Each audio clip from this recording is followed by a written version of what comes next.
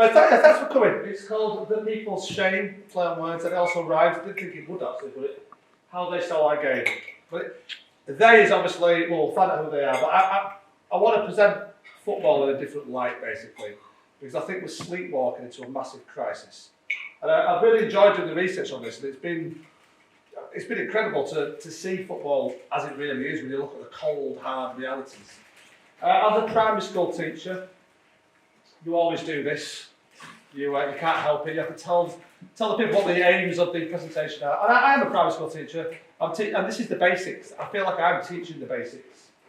Okay then, to challenge the pervasive common sense, the things that we've normalised, and to, like I said, to present football in a different way, because the way that football is an illusion, I think, for a lot of fans.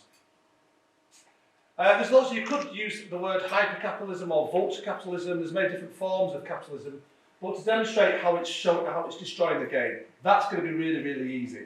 And I think people can see that already. There's lots of nice long-term economic trends we can look at.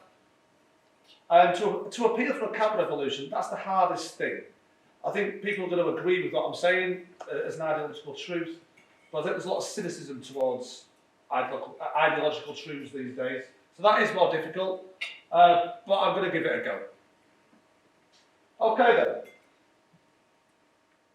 Before we understand where we are, you've got to do a little bit of digging to understand where we were, because, you know, it's a cliche, but the history tells us where we are today.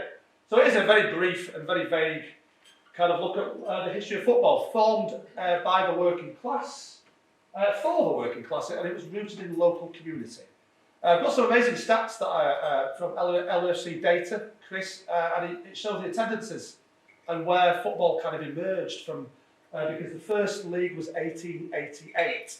In 1863, the FA was founded, massive disagreement about rules. People playing football, and they all have different rules. So it needed standardisation.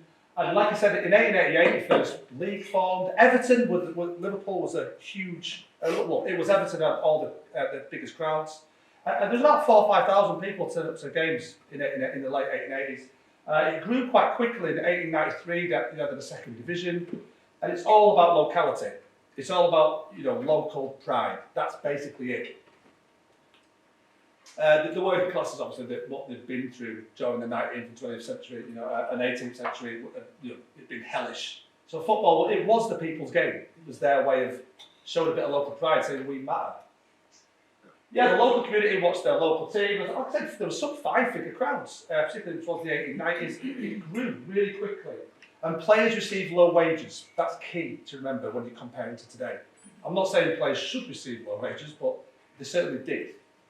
And fans were really close to the pitch. Really close. It was, like I keep repeating, the people's game. Weirdly enough, you don't hear that anymore. You don't hear people saying it. Crowded stadiums, and people stood up at football games, shoulder to shoulder. Because it represented, I keep saying the word, but local community. That's what football was about, and that's where it came from. That's why it was invented. This is an absolutely brilliant picture. I absolutely love it. It's Grimsby Town in 1939, obviously just before World War II. But what I'd like to look at here is the people. Look how close to the pitch they are.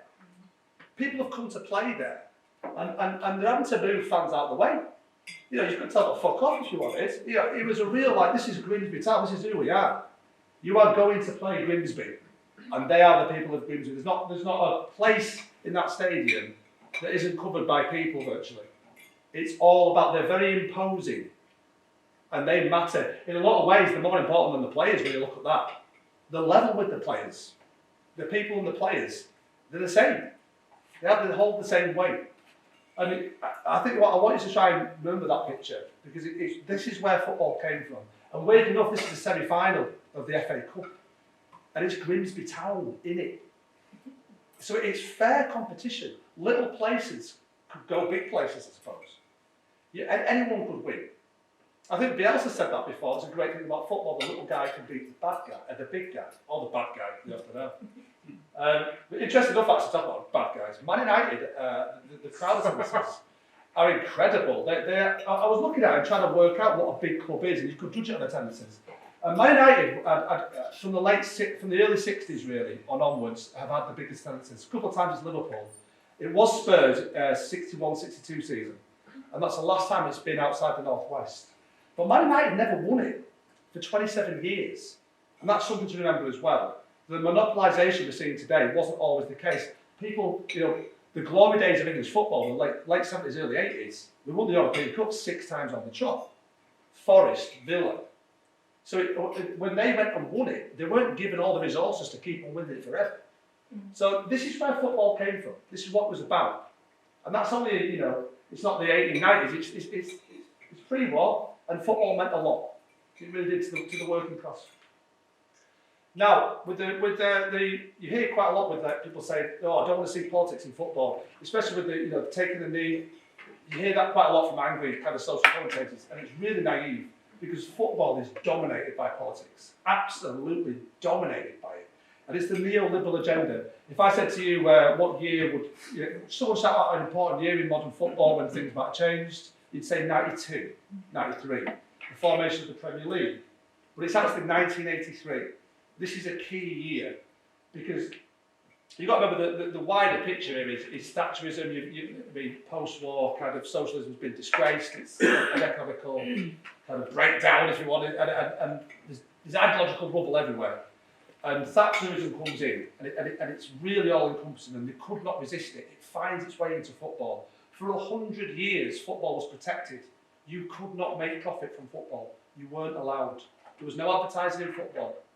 For 100 years, there was regulation that said no one can profit. People got paid, obviously, tea ladies to players to directors, but you couldn't take anything external to your wage packet. We've forgotten an old wisdom. We're not in touch with it anymore.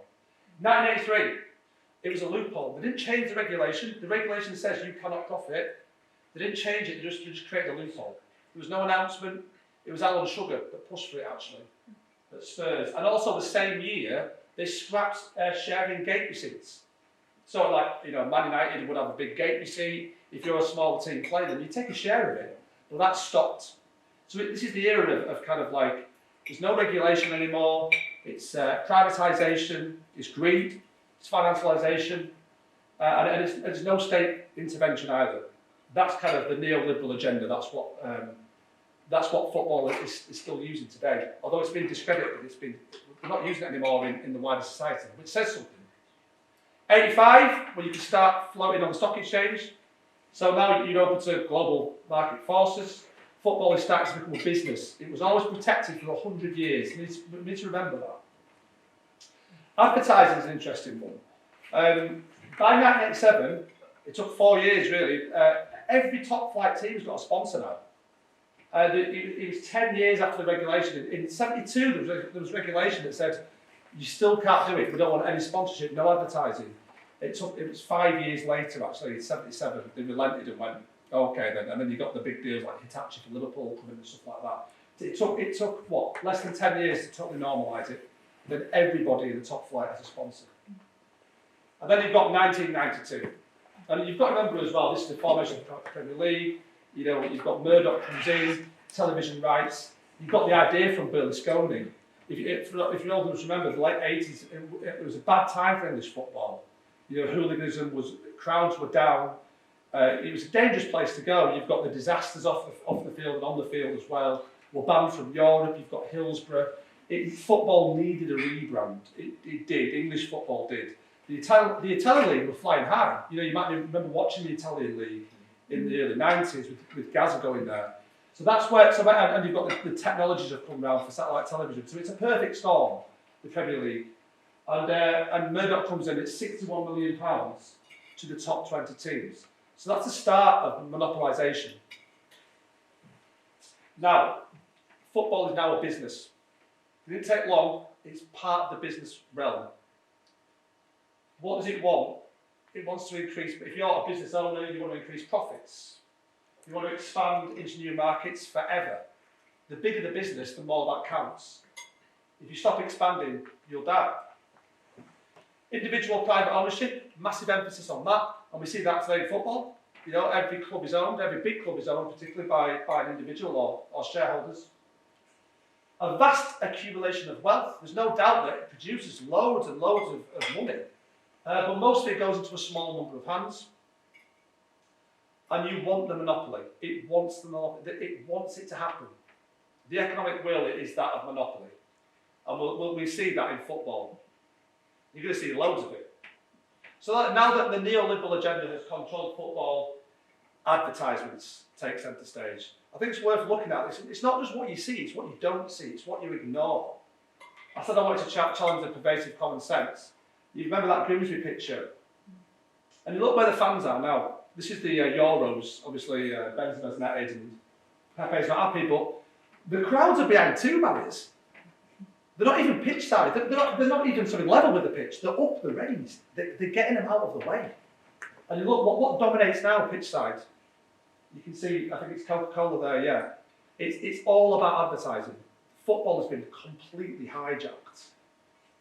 A barrage of constant advertising. I think I mentioned it before, it was 1977. There was a complete ban. When it first came in, it was very controversial. And you weren't allowed to have it, it had to be really small. People didn't like it, they didn't want to see it. There was also the BBC broadcasting rights said we can't do sponsorship. So they kept things really, really small. But now we've got it, they've grown exponentially. I mean, the Leeds United top now is just a massive advertising thing for a foreign betting company, isn't it? It's massive, totally miles bigger than the badge, it dominates it. And I think it's just weird that we've got random businesses plastered all over our football tops. No one's ever stopped and gone, is this a bit weird? It is weird. It's got nothing to do with football. And here they are, they're everywhere. And it's not small, they're massive. If you look at Leeds tops, a few Leeds tops here, they're paying the stuff everywhere. It's a bit ridiculous when you think about it from a different perspective. It dominates pitch side. You might have seen every bit of available space is about advertising now. They're just coming at us so much. And you might have noticed Champions League games where they tape off, actually, the first few rows. They don't want people in the way of the advertising. They want to stand out. People can't get into games because the advertising is the most important thing. When you see football as a vehicle for advertising, you could say it's the other way around. It's ridiculous. It's completely owned by advertisers. Like I said, every opportunity to show it, it's been hijacked. Any opportunity to show adverts. They were doing a ball. They used to have a ball boy, didn't we? Or a boy girl would come out and present the ball. In the Euros, it was a little car, wasn't it? Did you notice that? Every opportunity to advertise, they're finding it. I mean, they used to show the scores as well. The scores are always up in the top left or top right corner. In the Euros, they're bringing the score up for no reason because it's followed by an advert. Any excuse to advertise, and they'll find it. And players as well, players, ex-players, in fact, players, managers, ex-managers, everyone's in on it. Everyone's advertising, mainly for betting companies. Like, you know, I don't want to say individual names. There's loads of people doing it. Everyone seems to be on this. Yeah, just duck down. That's fine. Like it never even happened. Here we go. Now you might remember this bit of footage. Ronaldo's at an interview and he takes off 2 bottles of Coke and he says Aqua. And that knocked off £4 billion off the share price of Coke, which still shows the power of the modern celebrity, but they're okay, don't worry about them, they're quickly recovered. And £4 billion is not much to Coca-Cola. But what I wanted to look at is the background. Look how many adverts you can see in the background. It's ridiculous. We're inundated with them. I think in 2007 there was a survey done from the little black book of democracy and data or something like that. I can't remember what it's called. It's a great little book. And we're subjected to about 5,000 adverts a day, and that's in 2007. Adverts are just everywhere. The propaganda is everywhere. But now they've realised something, the background's not good enough. It's in the foreground as well. Any space, they are just advertising constantly. It's got ridiculous. And it's normalised. That's what I find strange. Nobody's saying, hold on, it's a bit strange. Profit margins are more important than players' health. I mean, the advertising schedules now, they are running when football is being played. More and more football on TV. It's logos into eyeballs. That's really loud, isn't it? Logos into eyeballs. That's what it's all about. And it's all about advertising revenue. Football is a vehicle to make money. Ridiculous player schedules. Every year, managers are saying, this can't go on, particularly at the Christmas period. Players are getting injured all the time. But they've got stuff to sell at Christmas. So, shut up and get on with it. Newcastle are playing Brighton on a Monday night. It's just ridiculous. How do you get back from that? But they don't care. They want football on constantly. You'll notice as well, every single major cup competition has been scaled up now. The UEFA Cup, the Champions League, they kind of snuck that under the radar a little bit because it was the ESL kind of announcement time. More games just means more money. The World Cup is it 48 teams? It was fine at 32. It was bloody brilliant. The European Cup's gone from 16 to 24.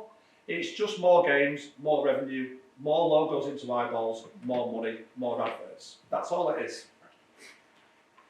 I'll leave that as it is because that's the situation now. Big business controls football completely and owns it completely. It's coming, little logos on tops, little loopholes. It has completely taken over.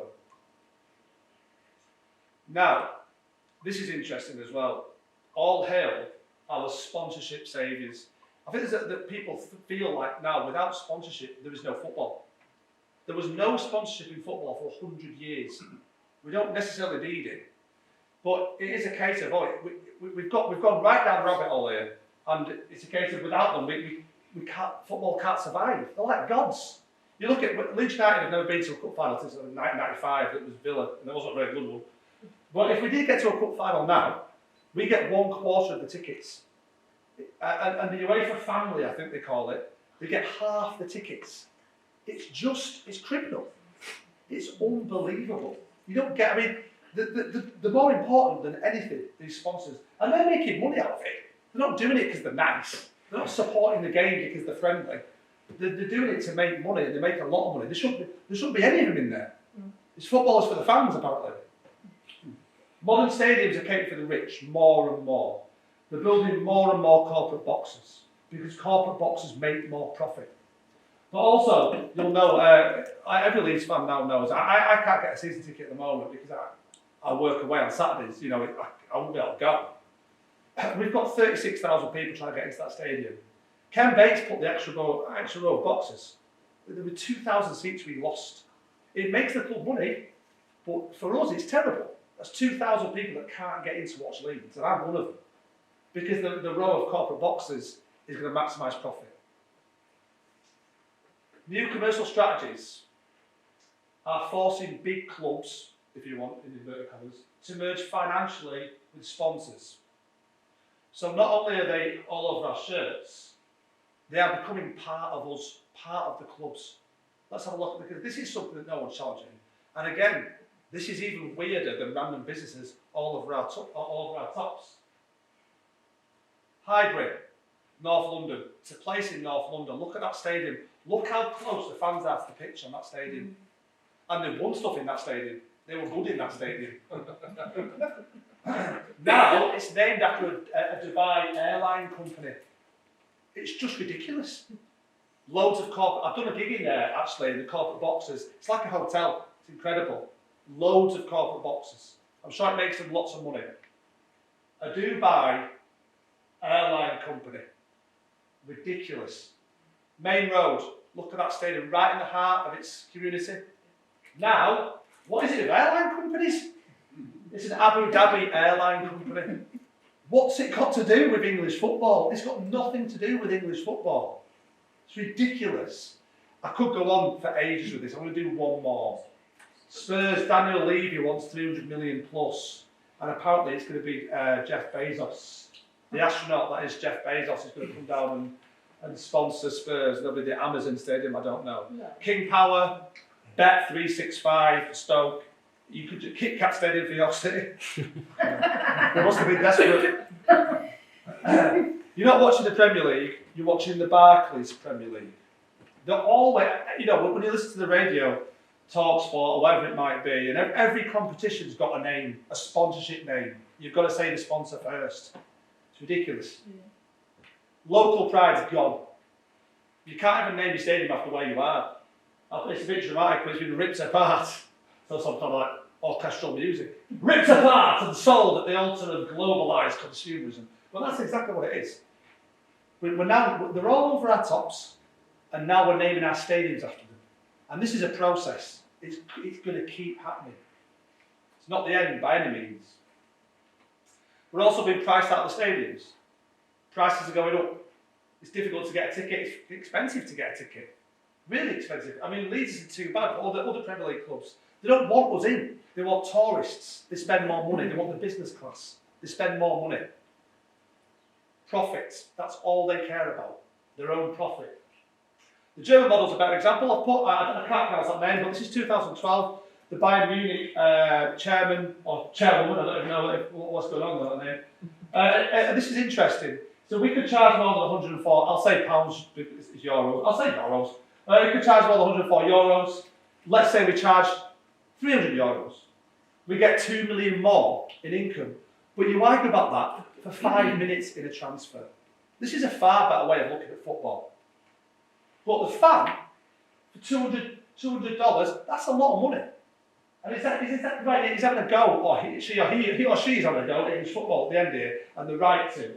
We do not think the fans are like cows that you milk. Football has got to be for everyone. That is the biggest difference between us and England. I think they just lost to Chelsea, to be fair, in the European Cup. But you know, a little bit better. But they're exactly right. Football has got to be for everyone. You think that's that Grimsby photo? That's just not the case anymore. So where's this neoliberalism? Like I said, football is really political. Deeply political in the way it's structured, and the way it's governed, and the way it's run financially. So where's it got us? Deregulation, commercialism. Where's it got us? Everything going really well? What's going on? So much debt. It's getting us nowhere, from the top to the bottom. I know a lot of you will be concerned about debt in football. But let's look at the bottom of the pyramid first, because that's where it hurts the most. Here are some really, really alarming figures. I don't want to just throw stats here, but I think long-term trends are more important, because an individual stat can be manipulated. You can put it in a different light, you can present it in a certain way to suit your political agenda, but you cannot ignore long-term economic trends. They speak the truth. Let's have a look. In just over 100 years, the English Football League recorded 10 instances of teams going to administration before the Premier League. So it's 104 years. That's not even liquidation, that's just administration. That's once every 10 years on average. Do the maths for me. Since the Premier League, there have been over 50, it's actually 55. 55 instances where teams have gone into administration. And 5 have been fully dissolved since 2010. So in 30 years, we've had 55. That's nearly nearly 2 a season. That can't be ignored. That's not coincidence. The pyramid is unsustainable. It's crumbling. It's back of cards coming down. So for many clubs, it's just a yearly fight to survive, just to survive. Bury, Macclesfield have gone bust recently. Southend are very close. I think they've been given more time by a bankruptcy judge. Derby County is perilous. They're going to have to go into administration, it seems. By the way, 600 grand for Macclesfield. That's what Gareth Bale earns in 1 week. So you think about the fairness and equality. There isn't any. 1/4 of teams in the 3 leagues below the PL have faced bankruptcy or winding up petitions. No, that's not even administration in recent years. 1/4, when you look at this, it's about 70 teams. So 15 teams in recent years have faced that. And there's no obligation at all for the Premier League to support the leagues below it. So guess what? It doesn't. You get parachute payments for the teams that so they can cope with the contracts they might have to keep. And that actually gives them teams a competitive advantage, doesn't it, against the others who have never been in the Premier League. I wanted to mention this because it's not part of really what I'm saying, but the fit and proper persons test, it's just a joke. What do you have to do to fail this test? We've got human rights abusers, we've got vulture capitalists who are just ripping people off left, right and centre. The Saudis are coming in. It's just a joke. It's just fake legislation. It's like the financial fair play. It's just fake. There's so many loopholes you can get around it. Paris Saint-Germain have got 35% of the entire league's budget, in their own squad. That's not fair play. But what you've got now is Qatar, state infrastructure being used to dominate French and English football. If you've got access to state infrastructure, then you've got billions. And all they're doing is shifting 100 million, or instead of a sponsorship being 50 million, they pay 200 million for it. It's not worth that, but then it helps them to gain more money. That's how they're doing it. It's totally corrupt. The ever-expanding debt bubble. So at the top of the pyramid, at the bottom of the pyramid, we've got teams disappearing, and there's no safety net. The ever-expanding debt bubble at the top. So Premier League teams having £3 billion worth of debt. This is totally unsustainable. To compete, if you want to compete, you've got to pay really high wages. And you're looking at about 400 million a year, I think, that City are on now. That's what Deloitte is saying, if you want annual revenue of about 400 million a year. And it's these super agents. What are they doing for them? What are they giving to the game? They're taking 10% of deals, they're inflating, and that's all the deals we know about. There's loads of backhanders going. There's no regulation here at all. And that's bad for the players as well. I mean, Harry Kane, bless him, he's got a 6-year deal at Spurs, and his brother's his agent. He didn't even get him a buyout clause. He's been let down because there's no regulation. Anyone can be an agent. It's all backhanders.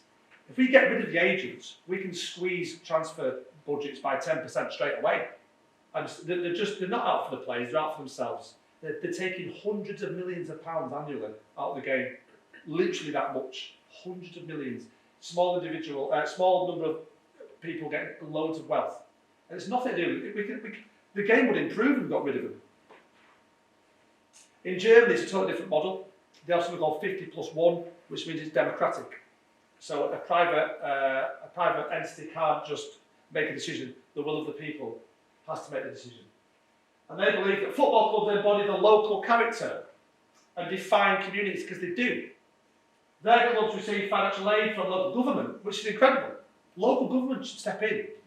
They actually help each other out as well. I think Dortmund spent, Bayern gave Dortmund 1.6 million. One team gave another one 8 million. Just loaned it to them. There you go, if you're in trouble. So it's about cooperation before it is competition. And like I said, in England, there is no safety net at all. If you run football as a business, then businesses fail. That's what happens to businesses. And I mean, you go back to 1888, you've got Everton, the biggest club, then you've got there's Newcastle, then it's Villa. These teams still exist now, but none of the businesses that were around in the late 1800s exist. They've all failed, because that's what businesses do. If you make football a business, you're in trouble. Expect them to fail. Like I said before, these agents are just being pushed higher and higher and higher. It's the wage inflation now is ridiculous. I think Neymar goes for 200 million. It distorts the whole market. So and it's not even incremental rises. They just double it. It's ridiculous. When you've got billions of pounds, that's what you can do. Leeds lad. He's looking at £1 million a week now. So that's what his super agent is going to push for. Messi was on that. And look at Barcelona's troubles. We are being held to ransom by this. The ESL, the Super League, you see that figure, it's 5.6 billion. I think it's a bit more than that. And I think the 3 billion is a bit more, because I don't think Chelsea is classed as debt. It's over £1 billion, but Roman Abramovich owns that debt. But if he wants to call it back in, he can. And Chelsea have that debt and he goes away. It could end really badly for Chelsea, actually. This isn't over yet. 5.6 billion. These clubs need the ESL. They are so debt distressed. It has to happen. And you've got to remember the system. It wants the monopoly. So we'll have a look now at some stats that show that the foundations of the ESL are firmly in place. The vast accumulation of wealth into a small number of hands, one of the rules we looked at earlier about what business will do. Incredible, this. It's not meant to be like this. The combined revenues of the big six are the same as the other 86 clubs. It's just ridiculous. That's not competition. And this is a process that keeps on happening as well. It's not finished. It's going to consolidate and the monopolies are going to grow. The model just feeds the wealthy. That's what it does. I think they're drawing the TV audiences in, so they deserve the biggest slice of the pie. The amount of money given to the Premier League by Murdoch and Sky and BT, it's not distributed evenly by any stretch. It's all about the big teams. I think Levy said that we only want what's fair. So that's their angle. And that's how it's always been since Murdoch entered the fray. The big teams get the most money. In American sports, it's the opposite way around. They actually recognise competition, fair competition. And they are the neoliberal kings and queens over there. But in sport, it's different. So like I mentioned this earlier, according to Deloitte, who are some financial football people, you need an annual revenue of 400 million to even think about competing at the top level. So if people are worried about Leeds, thinking about we're not doing well enough and we should be in Europe, I mean, we're outside of the top four, so you're probably looking at 500 million. We did about 2 billion, in the 4-year kind of contracts. 2 billion. We need state infrastructure. We need foreign oil. Otherwise, it ain't going to happen. Millionaires are out now. Billionaires are in. It was millionaires in the 90s, and now it's billionaires.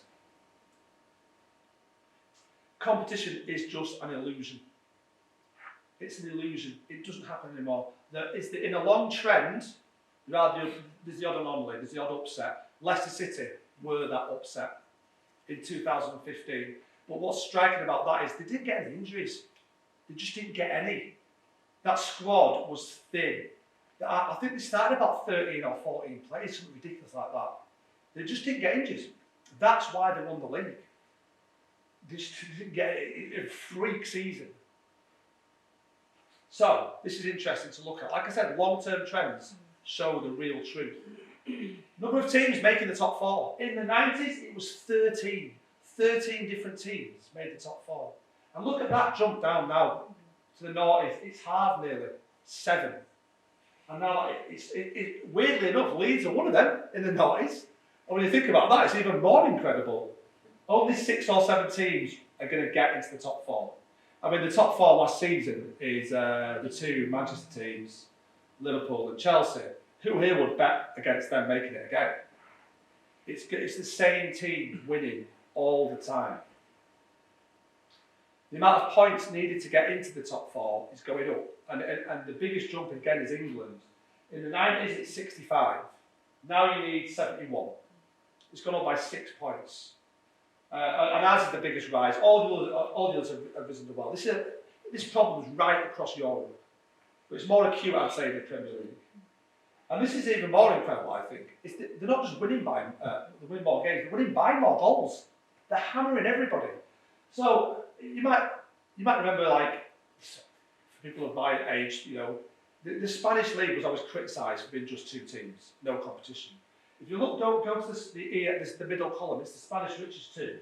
They're winning 20% of the times by more than 3 goals. If you look down there now at the English top 4, we're winning by 21%. We have become the Spanish league in terms of competition. It's not really that competitive anymore.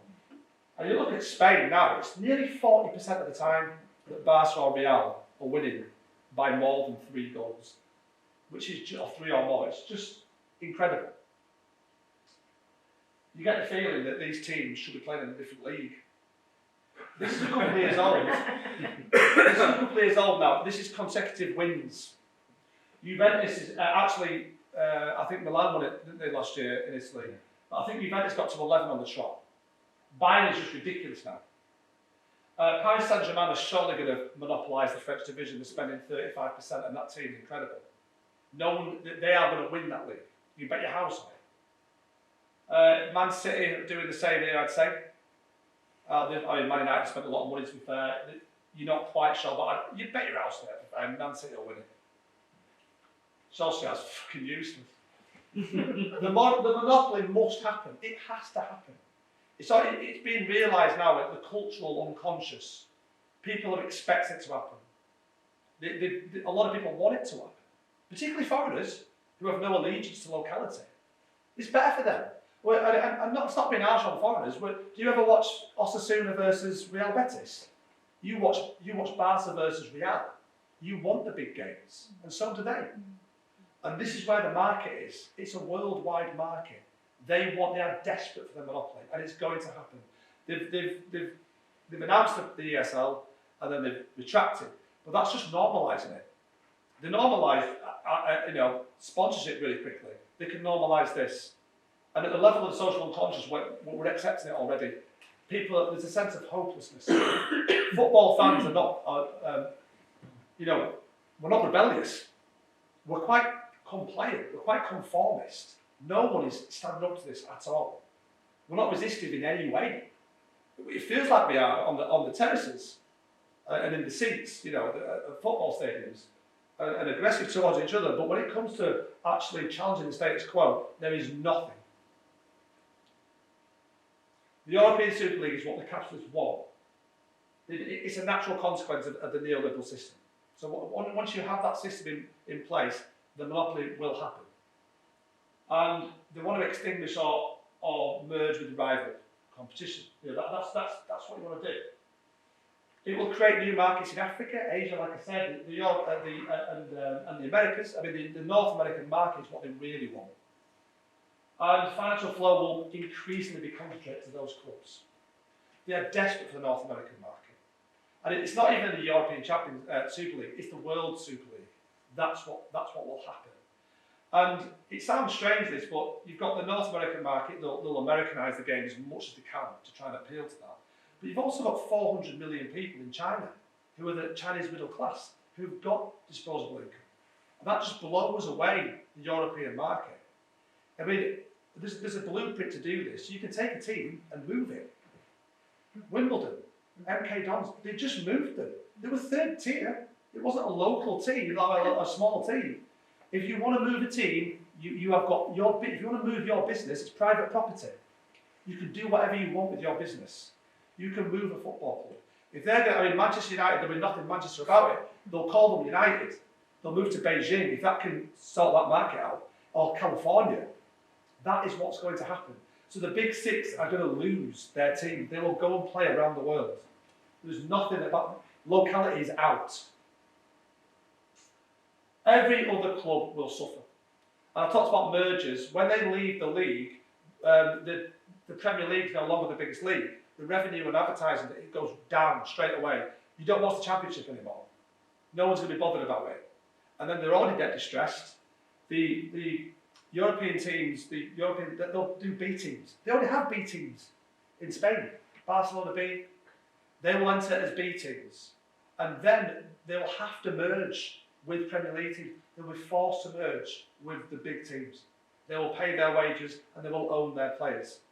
If any good player comes through in Everton or something like that, great, Liverpool own them, they'll go into the Liverpool team.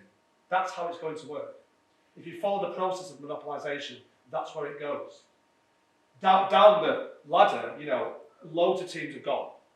But also you'll get the Chelsea D team, the Chelsea E team. The law upholds, like I said, individual property. The law states that the owners can do whatever they want, and they can. It's private property. Leeds United is private property. Some guy in Italy found out about a debt-distressed, down-and-out club that's been asset-stripped at lunch, and he thought, that sounds like a good investment opportunity. And it is. He's going to make hundreds of millions out of Leeds. We are totally powerless as a fan base. This was a protest to the ESL movement. I like this because the person who made this idea is exactly right. They've appealed. Loads of people to stop the ESL. They've appealed to one person that matters, is Roman. No one else matters at that club. He does whatever he wants with it because he owns Russian state infrastructure. He's a billionaire and he's bought the club. You're looking at Mike Ashley's just. My sister used to work for him actually quite recently. He's horrible. He's horrible. He's an horrible man. I told this. He's bought his rival out with his rivals down on his luck. He bought him out for cheap because of the pandemic. A lot of gyms, I think it was. There he is, Sports Direct. Talk to Newcastle fans about Mike Ashley. It's horrible. But they can't do anything about it. I like this side as well. Glazers out, Woodward out. And they've stolen £1 billion. It's criminal. £1 billion stolen. I like the way it says Woodward out and there's a line through it. They've got rid of him. But they can't get a red line through the Glazers. They don't work for the club. They own the club. Woodward works for them. If we want to kick up a fuss about Kinnear or Orta, Why would we? I think they're doing a good job, particularly Alton. But we can get rid of them. We can't get rid of Andre, all the Americans that have come in and they're going to take over, it seems. Yes, this is what you get for privatisation. The individual is bigger than the collective. We mean nothing. They answer to no one. They can do whatever they want. They can use a club as a personal cash cow, or they can take huge financial risks and just walk away. As Leeds fans, we know that more than anyone. 16 years out, because they were just cavalier, taking huge risks. If I was a business owner, any Leeds fan would look at that model and go, what if we don't make the top four, we're screwed? No. They didn't do it, no, they just walked away. And look, and Risdale's in it, he's on the board of the EFL. You couldn't write that satire. The guy that went to Cardiff and they had similar problems there, didn't they? I mean, it's so corrupt. Owners, like I mentioned it before, you can just uproot a club and take it somewhere else. There is a blueprint to do it, and they will do it. And then the Wimbledon fans had to start again. It's insane. FC United was starting, the green and yellow thing they have going on there, because a protest about the Glazers. But all these protests, they achieve nothing. There is nothing we can do. Just forget it. The protests don't matter.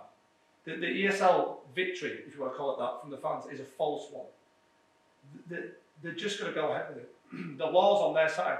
And if you want to get angry about it, you'll face the state monopoly for violence and you will get imprisoned.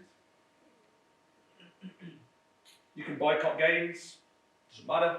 Look what's happening in loads of Newcastle fans. And what's strange, I've talked to journalists, I've talked to a few fans at Man United, and I've talked to a couple of Newcastle fans as well about this. They're not punching up. Nobody's punching up. The fans are turning on each other. This is what happens. It's ridiculous. Nobody is punching up. Not one single movement amongst the whole of the footballing pyramid fans. Football fans are supposed to be independent and supposed to be tough and courageous. Nobody's challenging this. I like that. That's exactly what it is. It's a lovely slogan, created by the poor and stolen by the rich. Late 70s, early 80s. Advertising comes in. They can't resist the seductive nature of neoliberalism. Let's make some money. That's in Tunisia, I think. It's interesting to know, it's an athletic stadium. We can't even afford our own football stadiums anymore, can we? Look at West Ham. So far away from the pitch. The fans are so far away. You'll notice that in the Euro as well, people taking pictures. You're so far away. They don't want us anywhere near there. There's no democracy in modern football. None. What's wrong with democracy? Propaganda. This is what you get. Just telling you what they want to hear. It's bullshit.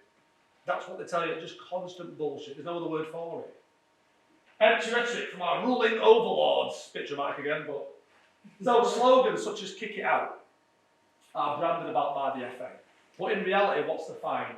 Millwall fans did some horrendous racial abuse. They got fined at £8,000. It's just ridiculous. That's not a punishment.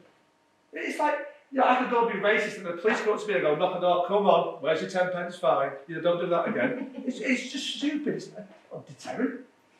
Kick it out. FIFA and UEFA, the corruption, I could do a whole PowerPoint on this. The corruption and the collusion at the top, they're just lining their own pockets. They've got a new saying now, they always have a new slogan. And it's for the game, for the world. Meaningless, don't mean anything. And all they want to do is maximise advertising revenue. And they're getting backhanders. That's why they're increasing the amount of games. They just want the advertising revenue. And let's just briefly talk about Qatar. It's in the French League and in the English League. It's hosting the 2022 World Cup. That's next year. We've got to stop our league in winter to go to a small country that is, like I said, a massive human rights abusers. A really bad record of it. People are actually dying building those stadiums. Not many people live there. It's just they've just bought it. It's just outright corruption. If it's for the game and for the world, and we have to play in winter, then go to India. They need the infrastructure. They're desperate. There's 1 billion people living in India. They don't give a fuck. It's just bullshit. I'm sorry for the language, but there's no other way of putting it. We can look to football is for the fans. Now, you might be familiar with that slogan, because our owner came out with it. When the ESL happened, football is for the fans, he said. It was plastered everywhere, everyone celebrated it. Are you telling me that he wouldn't go into the ESL? Of course he would. If Leeds were offered that play, he would rip your hand up. He's straight in there. Football is for the fans. The LFC Trust are raising money, have raised money to buy shirts for children that can't afford it, to buy Leeds United tops for children. That's us, that's who we are. He is sending Leeds United tops to celebrities that don't even support Leeds. That's the difference. That's who he is. It's a good PR stunt. And do you know what's even worse? Leeds fans are celebrating that. Good PR, they're saying. Good PR. Listen, what's PR got to do with anything? What's profit margins got to do with anything? You don't need to run football clubs like this. Shameless. And do you know what the worst thing is? He's the best owner we've had in a very long time. That's, I wouldn't swap him. And it's nothing personal. The system that allows him to own the football club is what I've got a massive problem with. The monetisation of everything is destroying loyalty. A bit of a weird, bit of a curveball there, but it really is. There's no loyalty anymore. We don't believe in loyalty anymore. I think that's why Bielsa's so important to a lot of people, because he's an idealist. He does believe in ideological truth and he follows it. He's immune to everything else, to this vulture kind of capitalist economic system. He's immune to it. He doesn't follow it. And that's what makes him so powerful. That's why he doesn't need to speak much. Actions speak louder than words. Loyalty doesn't exist. Jack Grealish, Villa boy. Loyalty is all about money now. Loyalty exists as long as the contract exists. Loyalty exists if you've got money. And as well, you've got to look at fans. Where's our loyalty? To players. You know, Leeds United started the season, at the time of film, we've had 3 games. We've drawn 2, and we've lost to a title contender. And that team of players have always turned it round for us. If you tweet out or put on social media, when we've had 2 losses on the trot, we'll be all right. People can't handle it. They can't believe that you're insane. How can you back a team when they've lost? Get rid of him. Buy someone else. There's no loyalty. We don't believe in it. We don't believe. We've got cynicism. We're cynics. We don't believe in real. It's like the days gone by of shining armour and knights. There's no loyalty anymore. It's been ruined by the monetisation of everything. It's a psychological trap. Because in a world of winners and losers, only winning matters. People are so afraid to lose. So afraid. They can't handle it. It's like toddlers. It really is. Mine, I want all the money, I want all the players, I want to win forever. That's what's happening. It really, I teach in nursery sometimes. It's like dealing with toddlers. Got to turn to Bielsa sometimes. I've read this today. I slammed it in. It's the Phil Hay book. And he gets it. He gets it. Look at the first thing. He's talking about private people. He gets it. Because in Argentina, they don't have this system. It's democracy. This is weird for him. To us, it's been normalised. But I'm here to say this is not normal. It's not right and it's not proper. The commercialisation of football, when clubs are owned by private people, makes the result more important than anything. The most attractive thing in football is the beauty of the game. We have forgotten that. If you sit there in a low block and scrap out a 1-0 victory, everyone applauds you. If you go for the win and play beautiful football, you're naive, you're an idiot. Those who invest in football should be aware and take precautions to protect the business they bought. Using the word business, he gets it. The fact that we are not taking care of our planet, our children will pay the consequences of our acts. Actually, I think we will. My kids will as well, but I'm hoping to live for another 40 years, but I don't think I'm good. And football will be the same, because we're destroying it. And the future will see the negative effects of this. He's absolutely bang on right. private individuals, business, the future is being destroyed in footballing terms. And what you've got as well in terms of loyalty, no one's got loyalty to the locality anymore. We have. Well, I know a lot of Leeds fans have. But I mean, I was there in the third tier. We were getting 16,000. You know, nowadays, when we're winning, everyone wants it. And it's not just Leeds, that's right across the board. A small amount of super clubs are hoovering up large amounts of the fan base. The kids are seeing these glamorous teams on TV, and it's all about winning. And the advertising is key here, because winners advertise. Advertisers want winners associated with their products. All we ever see is winners, winners, winners. And it's having a huge effect on us.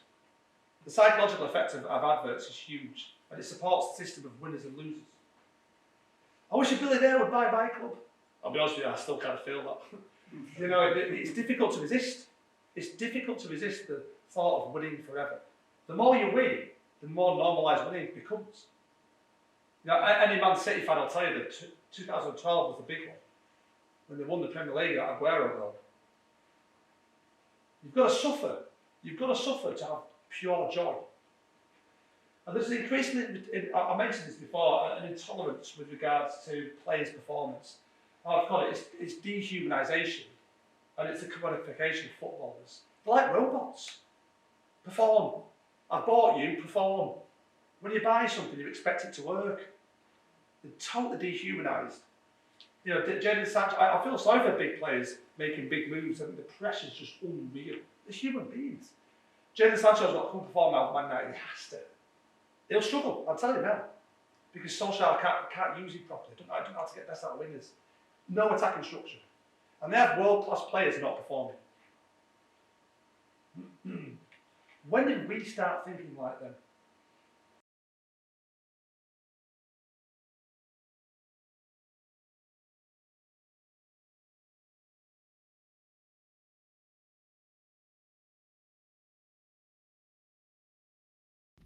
I've included this picture of Leeds United Kop in 93-94. This is the last time that Leeds United fans stood shoulder to shoulder in the Kop, and you can see the community.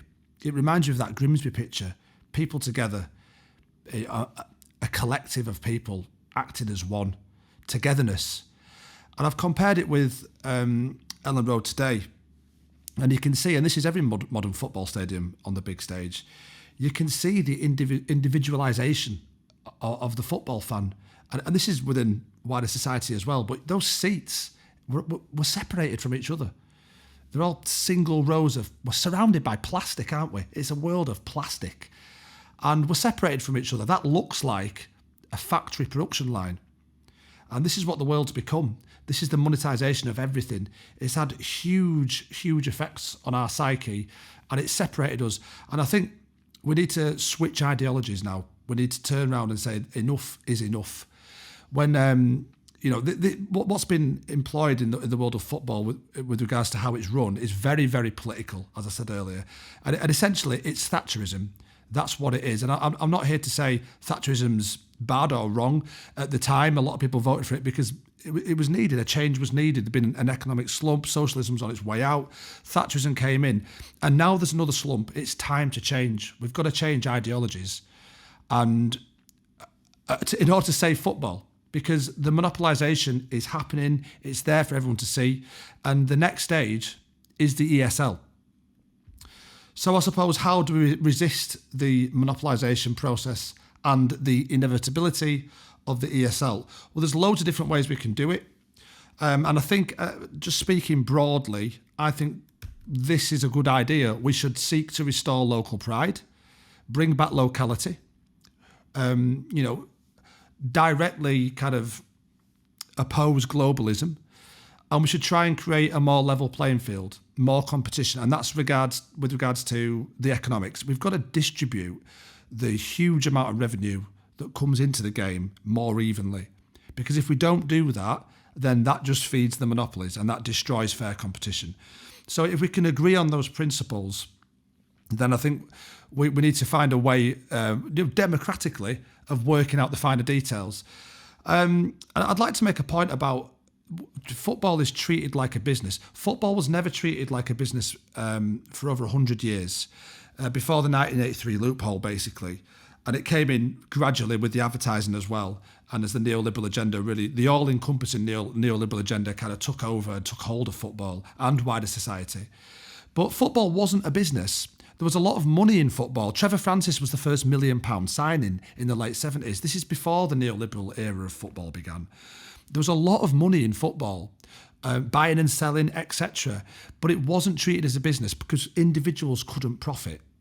And I'd like to show you a slide that explains why football is not a business and shouldn't be treated as a business in terms of individuals being able to extract their own profits. I mean, people don't celebrate businesses. You don't see people outside a furniture shop or outside Marks and Spencer's chanting the name. You don't see them demanding they sell better furniture or upset that Marks and Spencer's have sold the wrong things. You just don't see that happening. So that's in the world of business, that's strange. It directly, contradicts what a business should be. People who run businesses sell good products and people buy them. That's market forces. If you make a bad product, people will go elsewhere. They'll go to a direct competitor. That doesn't happen in the world of football. Us Leeds fans know that better than anyone. When we lost when our product diminished in terms of on the pitch, we stayed with the team. That's what you do when you're a football fan. You don't go and support the next bet team, or the next winning team. Well, actually, that does happen increasingly because people have lost a sense of loyalty. But when you support a club, you support them for life. That doesn't happen in the business world. There is brand loyalty, but not blind loyalty. So again, that directly contradicts what a business is really and how successful businesses should be run. It's totally at odds with the business world, football. It doesn't belong there. And also, one other thing I've put on this slide, if you want to accept that football is a business and should be treated like a business, a typical business, then you must accept that businesses fail. So you must accept that football clubs will fail and go out of business and no longer exist. And that's silly. It's a shame. I mean, in the 1890s, when football clubs were emerging, and the Football League, the second division came in 1893, you've got some football clubs. All those football clubs, or most of them, are still here today. All the businesses that existed in the 1890s, however big they were, they've all gone. Businesses will die, and football clubs shouldn't. So football is not a business. It should not be treated as a typical business. It's wrong. It doesn't belong there. And here's my idea, and I think when we're looking to restore local pride and create a more level playing field, and if we're looking to try and stop this ESL that is going to happen, there's only one thing we can do, as far as I can see, and that's take football clubs into the public sphere. We've got to take ownership of football clubs. Now, when I contracted COVID watching England, Germany, and I was phoned up by Test and Trace, it was just a load of kids. They were repeating themselves. They were stumbling, quite apologetically stumbling through the phone calls. I gave them names of two of my friends that also contracted COVID. They never even phoned them. The Test and Trace system is totally botched, totally discredited. It cost the government it cost us, the taxpayers, should I say, £37 billion. 37,000 million pounds. It's just ridiculous. It doesn't even work. So if we want to buy our football clubs back, it would be significant. It's a lot less. I mean, if you look at the debt, we'll probably get them for under £5 billion. It's nothing. It's very, very, very achievable. If you've got government state apparatus and you've got that spending power, it's easy. The Bank of England will print the money. It's fictitious money, isn't it, on a screen? That's all that happens. It's not even a debt we have to pay back. You just buy the football clubs. Get a piece of legislation that says, goodbye, we'll buy your debt, no more individuals can take profit out of football. We'll have the old rule back as it was. And then they will all leave because they are here to make profit out of football on an individual level. We should also take back the TV and international broadcasting rights. Take them into public ownership. We don't need Murdoch. There's too many middlemen. That's where all the money's going. Individuals are taking so much profit out of the game, these agents. And the TV broadcasting rights, we own the brand. English football is a global brand. Let's sell it to the rest of the world. We're missing out on huge amounts of profits. Get rid of Murdoch, get rid of BT, and we will sell it to the rest of the world. And we will make billions. And with that billions, we can devolve power to localities, we can make football clubs democratic, and we can spread out the money more evenly. So the bottom of the pyramid is always funded, and so is the top. All of our financial worries will disappear, and we can make a profit. These football clubs are a great investment opportunity for the UK. And we need them right now. And also, Brexit can make this work. We're not bound by any official rules or regulations. We can technically do as we please. This is a way of making Brexit work. We are outside the EU. We can make our own decisions, take the football clubs back into public ownership, and let's use them to make loads of money, enrich our communities, build infrastructure. Because we can make a profit. If we can squeeze wages as well by 5%, just a small amount, so we're still paying the biggest wages, we can make millions, save millions a year. Just Man City alone, a 5% squeeze is £20 million annually. We can start running these clubs properly. The business world does not take care of business. They just take care of themselves. We can take care of business. We can do a better job than they can. And we're going to, like I said, distribute the revenue more evenly throughout the pyramid. That's what needs to happen, because fair competition's gone. What we've got now is the big clubs are permanent winners of everything forever. And that is just not right. It's not how football is supposed to be. These are only my suggestions, but and I'm obviously open to other ideas. But I think locality's gone. Locality's off the agenda. I think we need to support our local team.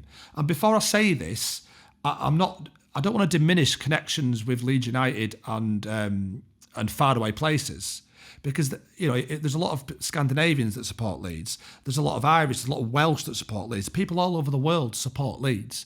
And I don't want to sever those ties when I say locality. I think we should celebrate those ties. I think we should bring them in. I think we should actually fund plane flights once or twice a year for all the reasons. Every week, every home game, we should have a funded plane flight coming over. It's only a few £100. And it shows loyalty. It says to these people, you're part of the family. Coming closer. It's about people getting together. But when I go through this slide now, I need to make a point about that. We need to make sure these people come to Leeds and support Leeds. But we also need to make sure Leeds stops trying to expand out and expands in, rejects this ideology of this neoliberal agenda and globalisation. Because the most meaningful connections you can have to your club are geographical and family, local and family. And like I said, the other connections are very much real. They are real and deep, and I'm not trying to diminish them or in any kind of way. But I want to say that tribalism matters. And that's part of the reason why people connect with Leeds from different places. It's a tribe. You're part of the tribe. It matters. We need it. Local community matters. The people around you matter. And it's as humans, it's a feeling we crave. This needs to be brought out and put right at the front of our economic plan. Build an economic plan around that. I mean, the neoliberalised capitalist ideology, which is what is running football, is constantly undermining democracy and social bonds that it can't monetise. It doesn't care about them. And it constantly reinforces this globalised monopoly that's happening all over the world, extracting wealth from local clubs. That's the way it is. We need to stand against this. And it's infected, neoliberalism, it's infected the football community. At the level of the social unconscious, a new generation of fans only support these global monopolies. And it's the advertisers, like I say, they only want to, you constantly see these winners. You want to be associated with winning rather than with local pride. And I think we've got to try and sever that direct kind of relationship that we've got now between, I want to be involved with winners. And we've got to turn around and say, no, you want to be involved with who you are, with your local area. You matter, you're important. It's not about winning. Football's about a lot more than that. How can we make these ties real? First of all, I think we need to pour money, run football as a public service and pour money into communities. Football clubs knocking on people's doors. Loads of community outreach programmes, funding, coaching, after-school clubs, all this, bringing people in closer to the club. That will get them in the stadium. Show them loyalty and they'll show you it. And I think as far as these are all my ideas and, we need to work them out together. But I think we need to have a sensible wage structure. Like I've said, cut wages by 5, maybe 10%. Just a sensible wage structure that's not going to put the club at long-term financial risk. These people don't do that. They don't care. They've got exit strategies, and it's all about debt. They're not bothered. We're not about that. We're going to build a long-term economic plan because it's all short-term neoliberalism. Could we have season ticket holders owning shares in the club? You buy into the club, you are actually part of the financial setup. I think we need to have democratic process with regards to club investment and decision making. We've got a lot of investment to do. We've got communities to build. We've got infrastructure to build within the city. And there's no reason why we can't. Every city in England, for me, should have an underground transport system. We need to take cars off the road. We need to try and decarbonise, take CO2 out of the atmosphere. So Manchester could easily do it. 2 massive clubs, huge revenues. If you start making a profit from football, you can start investing in your communities. Could Leeds United do it? Could we build an underground with local partnerships, local private investors? Could we build an underground system? If we're saving tens of millions of pounds a year, I'd argue, yes, we can. I think we've got to reject multinationals in favour of local sponsorship. Not fully. There are facets of globalisation we should keep, but let's get local sponsors back on the agenda and take less money from sponsorship. We don't need it. We've got the money from the TV rights. Fans stood shoulder to shoulder behind the goals. I believe in that. I mean, you look at Ellen Road, you look at the South Stand, they've still got the boxes in. Get rid of them. Get some seats in that stadium. Leeds United fans want to go and watch Leeds United and stood up. We don't want to sit down. It's an overreaction. It's gone way too far. It's just an idea, but I think it's quite a popular one. I think, like I've said, when we invest in communities, clubs should provide thousands of jobs. Leeds United should be providing hundreds, if not thousands of jobs into the local community. The economic hub of Leeds, it could be. It's a global brand. And this is a controversial one, but I'm going to suggest it. Only players from the area or region can play for the club. And the reason I've said this is this is how you establish local pride. This is how you go, we're not cheating anymore. It's only players from the local area that can play for the club.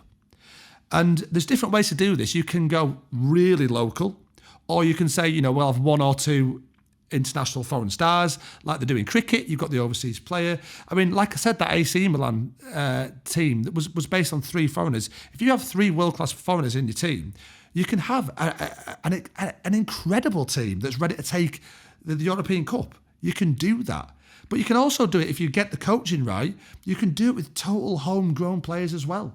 I want to say foreigners, I actually mean people from outside the area. I don't mean international foreigners. I mean people from outside Yorkshire. People from, it could be anywhere.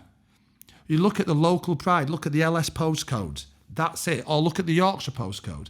And what you do then is you reject the transfer market. You don't need it. You just make your own players and you innovate and you get good at coaching. You have to get good at coaching, so you do. If you give yourself limits, then you innovate. And the coaching facilities need to improve. We need to get better at making players. There's no reason why Leeds can't make a world-class team, or Yorkshire in particular. Let's have a look at the Yorkshire 11, because Yorkshire's, I think, it's over 5 million people. I mean, Croatia have got less than that. Look how good at football they are. Here's the Yorkshire current 11. I've got South Yorkshire and West Yorkshire. Look at the back line. It's incredible. We don't need the transfer market. We can just form a monopoly inside Yorkshire and just use that. Walker, Maguire, Stones at the back. That's incredible. That is European Cup winning standard. Phillips, Olding. I've included Shackleton because I love him. I know where his mum lives. Go and lick the windows. I mean, Milner and Delph getting on a bit, but look up top, Haaland and Vardy. That team is current. That team challenges for titles. It's absolutely incredible. And I could have gone with a different midfield, but I've just gone with my favourite ones there. Shackleton, Milner, Delphi, they're all Leeds boys. They're all West Yorkshire boys. And that matters. We don't have, this is just an idea. It's rejecting the transfer market. It's rejecting the commodification and the dehumanisation of players. And it's showing pride in your local area. We can go further than this. What about a Leeds-born 11? Let's have a look at it. These are just players that were born in Leeds. And Stockdale in goals, that's all right. We've got Shaq and Wisdom in the full-backs, decent. We've got Gotts, Milner, Phillips, Lennon across the middle, decent. And you've got McBurney and Haaland up top. It's good. The problem that Leeds have got, and you never even knew this problem existed, is we're not very good at making central defenders because you never thought about football in a different way. But now we are thinking about it. We have a focus let's get some central defenders. Will Smith from Bel Air and Leeds, he plays for Harrogate Town in League Two. There's an asterisk there, so he's still a decent standard, and the kid might improve. He's only young, and Casey we've just sold is a bit unproven, but again, he might come on and be a really good defender. You don't know. So when you innovate, when you give yourself limits, you innovate. We can make a brilliant Leeds-born 11. We could take on the world with a Leeds-born 11. Think about the way you feel about Phillips and Shaq and times that by 11. The feeling would be incredible. It's a different type of emotion. It's a different type of connection to football. And like I said earlier, it's not rejecting the outsiders. It's more about embracing who we are more. And these decisions are to be had. If we are to be made, I would put this forward as an idea. If it was rejected democratically, then so be it. But it's just an idea. And a man with new ideas is a madman until his ideas triumph. And you know what? My ideas, though, they're not new. They're old. They're old ideas. We've just forgotten them. There's a wisdom we're not in touch with anymore. Look at that picture. That's what football is. Grimsby Town. The people of Grimsby, dominant. The people of Grimsby, just as important as the players. Pride. Grimsby on the big stage, and why not? That's what it's all about. That's what football is about. And it's not what it's become. It's been taken away from us. It's been stolen. And the glamorization of this globalization, if you want, it's come at a price. If you want to stick with the current regime, accept constant advertising. Accept unsustainable debt levels across the entire pyramid. Accept that only one league really matters. No one else is bothered about any of the leagues. We don't watch the Championship. No one cares. No one cares about locality. You've got the all-powerful monopolies. Accept it. No one else is going to win. That's it. It's them and everyone else is playing second fiddle. Accept that multinationals are stealing our club identities. They're all over our shirts. They're all over our stadiums. Our stadiums are being named after them now, and soon they'll come for our clubs as well. Red Bull are already in. It's going to keep happening. It's a process. Accept you have no power. Accept you've been priced out of the stadium. You have no power as a fan. Maybe you think you don't deserve it. I'm telling you do. We are the people of the people's game. It's our game. It's not theirs. They've stolen it. Our clubs are now owned by individuals. It's unbelievable. It's unbelievable. The local communities that built them are just it's shameful. It's unbelievable. Like I keep saying, the individuals own them. Bielsa doesn't get it because in Argentina, in South America, that's not the way it's run. It's us that have gone weird. The current system is weird.